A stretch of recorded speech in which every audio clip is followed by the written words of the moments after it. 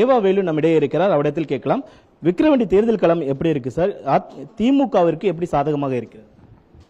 விக்கிரவாண்டி இடைத்தேர்தல் களத்தை பொறுத்தளவுக்கு வெற்றி களமாக அமைந்திருக்கிறது. அதற்கு காரணம் தமிழ்நாட்டு முதலமைச்சருடைய திட்டங்கள் ஒருவருடைய இல்லம் தேடி சென்றிருக்கிறது. இந்த திட்டங்கள்லாம் இல்லம் தேடி சென்றிருக்கிற காரணத்தினால் வாக்காளர் பெருமக்கள் மகிழ்ச்சியாக இருக்கிறார்கள். திராவிட முன்னேற்ற கழக வேட்பாளர் அன்னியூர் சிவாவுக்கு உதயசூரியனை ஓட்டளிக்க வேண்டும் என்ற இலக்கோடு இருக்கிறார்கள். அதனால தான் சொன்னேன், இது வெற்றி களமாக அமைந்திருக்கிறது. மகளிர் உரிமை தொகையை குறிப்பிட்டு இன்னைக்கு அன்புமணி ராமதாஸ் ஒரு அறிக்கை ஒன்று வெளியிட்டிருக்காரு. விழுப்புரம் மக்களுக்கு 60,000 பேருக்கு தான் கொடுத்துருக்காங்க. இங்க ஒரு அநீதி இழைக்கப்பட்டிருக்கு. விக்கிரவாண்டி தேர்தல் மக்கள் இந்த தேர்தலில் தக்க பாடம் புகட்டணும்னு சொல்லியிருக்காரு. இதை நீங்க எப்படி பாருங்க? ஒரு அரசின் சார்பாக ஒரு திட்டத்தை நிறைவேற்றுகிற பொழுது இந்த அரசை பொறுத்தளவுக்கு பார்ஷியாலிட்டி கிடையாது. முதலமைச்சர் அவர்கள் திராவிட மாடல் ஆட்சி என்பதற்கு பொருளே என்ன சொல்லியிருக்கிறாருன்னா, எல்லாருக்கும் எல்லாம் கிடைக்கணுன்றது தான் திராவிட மாடல் ஆட்சி. யாரையும் ஒதுக்கணுன்ற எண்ணம் முதலமைச்சருக்கு கிடையாது. அதுக்கென்று ஏற்கனவே அரசின் சார்பாக பல்வேறு வகையிலே பதிவு செய்யப்படுகிறது.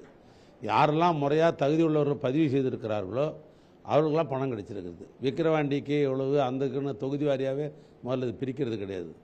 இவெல்லாம் ஒரு மாவட்ட அளவில் தான் பிரிச்சிருப்பாங்க, தாலுக்கா அளவில் தான் வந்திருக்கும், கோட்ட அளவில் தான் இதெல்லாம் பிரிக்கிறாங்களே ஒழிய. ஏன்னா தாசில்தாருங்க கீழே அதுக்கடுத்து ஒன்றிய அரசுக்கு இப்படி தான் அமைப்பு இருக்குது. தொகுதின்னு ஒரு அமைப்பே கிடையாது. தொகுதிக்குன்னு ஒரு கலெக்டரு, தொகுதிக்குன்னு ஒரு ஆர்டிஓ, தொகுதிக்குன்னு ஒரு தாசில்தார் அப்படிலாம் கிடையாது.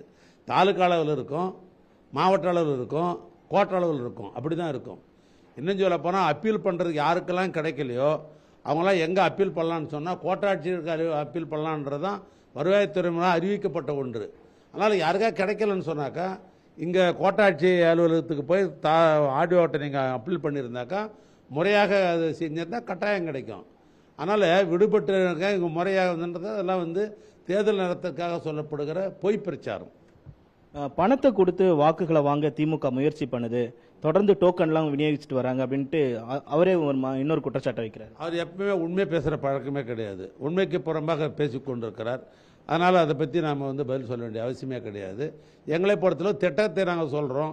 தேர்தல் பிரச்சாரத்துக்கு நேற்றைய தினம் கூட இந்த பகுதிக்கு, பனைமலை பகுதிக்கு இளைஞருடைய செயலாளர் மாண்புமிகு இளவல் தம்பி உதயநிதி வந்தார், தேர்தல் பிரச்சாரம் பண்ணார். மக்களிடத்தில் ஒரு பெரிய எழுச்சி இருந்தது.